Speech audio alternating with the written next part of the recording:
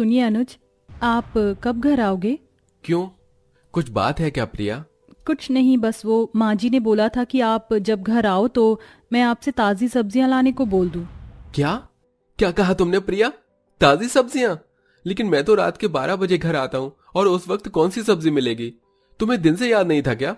याद तो था अनुज, मैंने तो दोपहर में ही सब्जी बना ली थी। सोचा था कि शाम को भी यही खा लेंगे, लेकिन माँ जी ने मना कर दिया। उन्हें एक तो रात के 1 बजे खाना खाना होता है, और ऊपर से वो भी फ्रेश ताज़ा रात का ही बना हुआ। हाँ, मैं समझता हूँ। माँ को दोपहर का खाना रात को खाना बिल्कुल भी पसंद नहीं है। कोई नहीं, मैं घर आते वक्त सब्जी देख लूंगा। अनुज ने ऐसे बोलकर फोन काट दिया।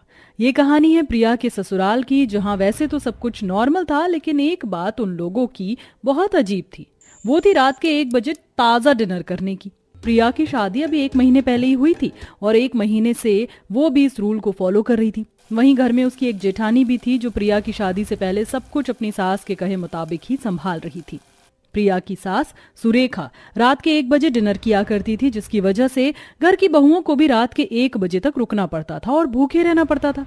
और इतना ही नहीं, सुरेखा खाना भी रात के 11 या 12 बजे ही बनवाती थी, ताकि खाना गर्म और ताज़ा और फ्रेश रहे। प्रिया भी शादी के बाद से इस रूल को फॉलो कर रही थी। आज भी रात को उसका पति, ससुर और जेठ 12 बजे घर आए। प्रिया, प्रिया! स्वागत है अनुज जी, क्या सब्जी लेकर आए? ये लो प्रिया, आज मैं सब्जी नहीं बल्कि बाहर से खाना ही ले आया। रात के 12 बजे कोई भी सब्जी मिलना बहुत मुश्किल था। खाना? आप क्या लाए? ये छोले भटूरे हैं, आज सभी यही खा लेंगे।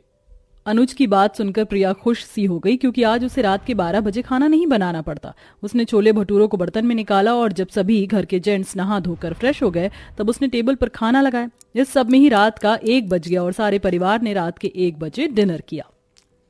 अरे वाह, आज तो छोले भटूरे कितने अच्छे लग रहे हैं। वैसे कभी कभी हमें बाहर का खाना भी खाना चाहिए। वो कभी कभी ही होता है बहू, इसकी आदत ना लगा लेना। मुझे घर में बना साफ सुथरा खाना अच्छा लगता है, और आइंदा बाहर का खाना घर में आना नहीं चाहिए। सुरेखा ने बातों बातों में ही दोनों बहुओं को सावधान कर दिया।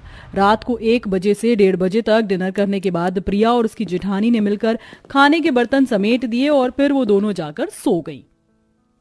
ऐसे ही सिलसिला जारी था। दोनों देवरानी जेठानी मिलजुल कर घर के काम किया करती थी। एक दिन वो दोनों ही रसोई में रात के 11 बजे खाना बना रही थी। तब प्रिया अपनी जेठानी यामिनी से बोली, भाभी, आपके मायके में कितने बजे खाना खाया जाता था? मेरे मायके में बस 8 बजे लास्ट था। मेरे मायके में भी सभी 9 बजे खाना खाते थे, और 12 बजे तक तो मुझे कुछ होश भी नहीं रहता था। हाँ, लेकिन ससुराल में देखो क्या दिन देखने को मिले। यहाँ तो खाने को बनाने का समय ही 12 है। मैंने कभी नहीं सोचा था कि रात को 1 बजे डिनर किया करूंगी। सही कहा, मैंने भी नहीं सोचा था, लेकिन देखो अब कर रहे हैं। प्रिया, वैसे हम दोनों दोपहर के काम निपटाने के बाद सीधा रात को 11 या 12 बजे बिजी होते हैं। उससे पहले तो हम कुछ नहीं करते। तो कैसा रहेगा अगर हम अपना वो समय अपने किसी पसंदीदा काम को देने लग जाएं? सही कहा भाभी आपने, हम ऐसा कर सकते हैं। घर में बोर रहकर तो थकान हो जाती है, लेकिन अगर हम अपना कोई पसंदीदा काम करेंगे तो हमें थकान भी नहीं होगी। ठीक कहा, मुझे तो घूमना बहुत पसंद है, और मुझे शॉपिंग करना पसंद है। ठीक है, तो तय रहा, कल से हम दोपहर के काम निपटाने के बाद घूमने जाया करेंगे। प्रिया और यामिनी ने ठान लिया। फिर क्या था, आज रात को भी सभी ने 1 बजे ही डिनर किया, और हमेशा की तरह बहुएं बर्तन वगैरह समेट कर सो गईं। सुबह को जल्दी उठकर फिर से उन्होंने घर के काम संभाले, और दोपहर को जब वो दोनों ही कामों से फ्री हो गईं, तब प्रिया यामिनी से बोली, यामिनी दीदी, चलिए चलते हैं। बोलिए, आज कहाँ चलना है? चलो प्रिया, आज हम लोग मॉल चलेंगे। वहां से थोड़ी शॉपिंग भी कर लेंगे, और कैंटीन से कुछ स्नैक्स भी खा लेंगे। ठीक है। कहाँ जाने का प्लान है बहुओं? माँ जी, जब रात के 11-12 बजे तक हम दोनों फ्री हैं, और अभी बस 5 ही बजे हैं, तो हम कुछ देर को बाहर जा रहे हैं। अरे सुनो तो, चली गई? सुरेखा अपनी दोनों बहुओं को रोकती रह गई। यामिनी और प्रिया दोनों वहां से आ गईं और एक मॉल में पहुंच गईं। वाह, ये मॉल तो काफी सुंदर बना हुआ है। हमने ये पहले क्यों नहीं सोचा था प्रिया? हम चाहते तो पहले भी यहाँ आ सकते थे। सही कहा, लेकिन अब से मैंने सोच लिया है, घर में रहकर तो बस भूख बर्दाश्त करना और बोर ही होना है। इससे अच्छा है कुछ देर को बाहर आ जाओ। इससे दिमाग भी खुलता है, और हम कुछ खा पी भी सकते हैं। दोनों बहुएं काफी खुश थीं। वहीं घर में सुरेखा उनके लौटने की एक एक मिनट तक की राह देख रही थी। देखते ही देखते घंटों बीत गए।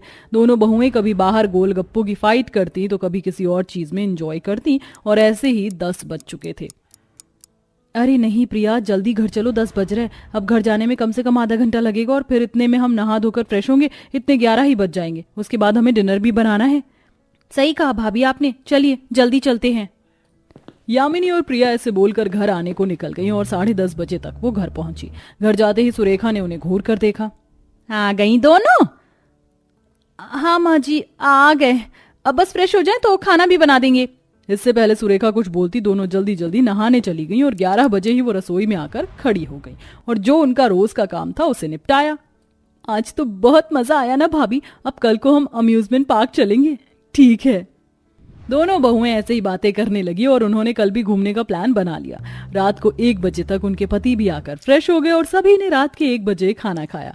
ऐसे ही सिलसिला चलने लगा। दोनों बहुएं अब हर रोज घूमने को निकल जाती थी और रात को 10 या 10:30 बजे तक घर लौटती थी। घर के कामों को इससे कोई देर नहीं होती थी क्योंकि खाना तो सभी 1 बजे ही खाते थे, लेकिन सुरेखा को उनकी ये बात खटक रही थी। मेरी तो दोनों ही बहुएं बिगड़ गई हैं। अरे किसकी बहुएं घर से रात को बाहर रहती हैं? इन दोनों को तो बाहर की हवा का चस्का लग गया है। आज आने दो इन्हें, तो मैं बताऊंगी। सुरेखा ने उन्हें सबक सिखाने की ठान ली। जब रात को दोनों बहुएं बाहर से घर आईं तब सुरेखा उनसे बोली, आ गई दोनों? अब कल से मैं तुम्हें कहीं निकलता हुआ ना देखूं। क्यों माँ जी, क्या हुआ? क्या हुआ? अरे बेशर्मो, अगर तुम्हें कोई देखता होगा तो क्या बोलता होगा कि सुरेखा जी की बहुएं तो रात को बाहर रहती हैं। किसी भी घर की बहुएं ऐसे बाहर नहीं निकलती रातों को, समझ आया? इसीलिए अब से तुम भी घर में ही रहोगी। माँ जी, आप और घर की बहुओं को हमसे कंपेयर मत कीजिए, हम उनसे अलग हैं।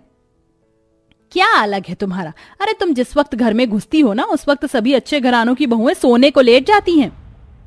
वही तो, वो हमसे बहुत अलग है माँ, क्योंकि जिस वक्त वो सोने को लेटती हैं उस वक्त तो हमारे डिनर का टाइम होता है और उस हिसाब से ये वक्त हमारे टहलने का ही है।